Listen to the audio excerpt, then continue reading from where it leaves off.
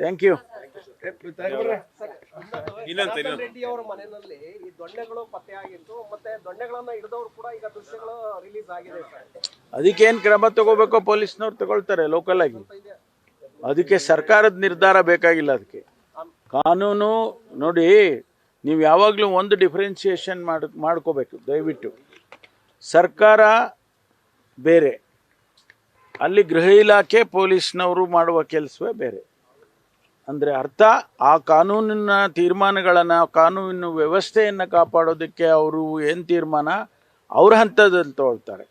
ಸರ್ಕಾರದ ಹಂತದಲ್ಲಿ ನಾವು ತೀರ್ಮಾನ ತಗೊಳ್ಳೋದು ಪಾಲಿಸಿ ಮ್ಯಾಟರ್ಸ್ ಇರ್ಬೋದು, ಅಥವಾ ಏನೆಲ್ಲ ಈ ಏನು ಇಂಥ ಘಟನೆಗಳಾದಂಥ ಸಂದರ್ಭದಲ್ಲಿ ಅವ್ರಿಗೆ ಸೂಚನೆಗಳು ಕೊಡ್ತೀವಿ, ಅಷ್ಟೇ ನಾವು ಮಾಡಲಿಕ್ಕಾಗ್ತದೆ.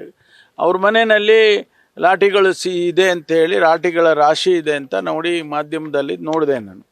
ಅದಕ್ಕೆ ತೀರ್ಮಾನ ಅಲ್ಲಿ ಯಾರಿದ್ದಾರೆ ಮುಖ್ಯಸ್ಥರು, ಈಗ ನಾವು IG ಅಲ್ಲಿರುವ IG ಜೊತೆಗೆ ಇನ್ನೊಬ್ಬರು IG ಕಳಿಸಿದ್ದೀವಿ, ಇನ್ನೊಬ್ಬ SP ಕಳಿಸಿದ್ದೀವಿ, ಅವರೆಲ್ಲ ತೀರ್ಮಾನ ತಗೊಳ್ತಾರೆ.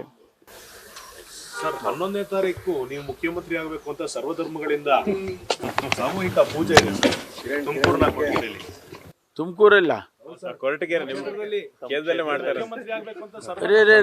ಒಳ್ಳೇದಲ್ರಿ ಹಂಗಾದ್ರೆ ಅಲ್ವಾ?